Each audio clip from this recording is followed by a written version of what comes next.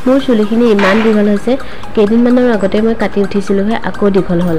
আৰু মই চুলিখিনি যদি মেলি পেলাই বান্ধি যাওঁ সকলোৱে সোধে কি তেল ব্যৱহাৰ কৰোঁ কেনেকৈ মই চুলিখিনি পালন কৰোঁ গতিকে আজি ভিডিঅ'টোত মই আপোনালোকক কি তেল ব্যৱহাৰ কৰোঁ দেখুৱাই আছোঁ ভিডিঅ'টো সম্পূৰ্ণকৈ চাই থাকিব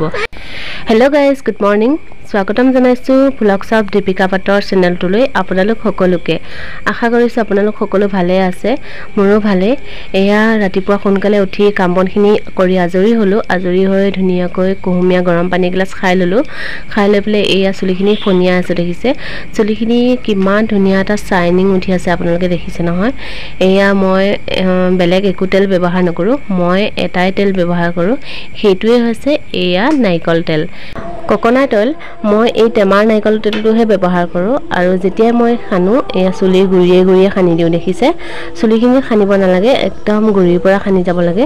আৰু যিকোনো তেলেই ব্যৱহাৰ কৰক আপোনালোকে খালি চুলিৰ গুৰিত খানিব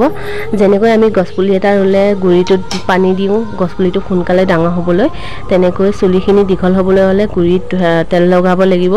এতিয়া মই তেল লগাই পেলাই এঘণ্টামানৰ পাছত চুলিখিনি ধুই দিম আৰু ধুই দিয়াৰ পাছত আপোনালোকে চাওক এয়া মই এতিয়া গা ধুই আহিলোঁ লগতে এয়া চুলিখিনিও ধুই দিলোঁ চুলিখিনি ভালকৈ শুকোৱা নাই বাৰু তথাপিও ধুই পেলাই আপোনালোকক অকণমান দেখুৱাই দিছোঁ নাৰিকল তেলটো বহুতেই ভাল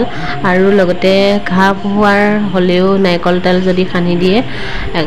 পটকতে শুকায় আৰু আপোনালোকে চাওকচোন মোৰ চুলিখিনি বেছি ডাঠো নহয় পাতলো নহয় এনেকুৱা নিচিনা আৰু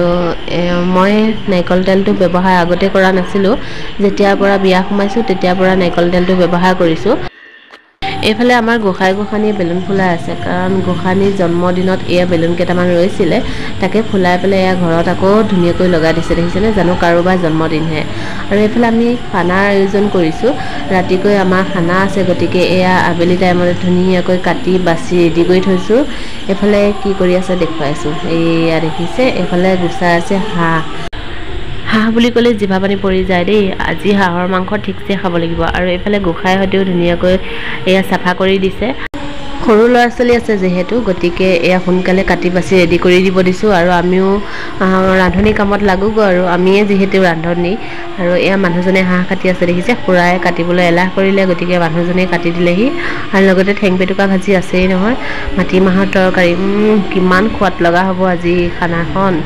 আৰু এইফালে আমাৰ এই টিকলা দুটা চাওকচোন এই টিকলা দুটা একদম মানে বিৰাট উৎপাত সিহঁত দুটাই খেলি এয়া গিলৰ ওপৰত উঠিছে আৰু এইটি চাওকচোন তাৰ উৎপাতটো এয়া দেখিছে আৰু আমাৰ গোসাঁনীও কম নহয় একদম দুইটা লগ লাগিব পাৰিলে আৰু কোনে পায় আৰু এয়া গিলত উঠি পেলাই কি কাণ্ড কৰি আছে দেখিছে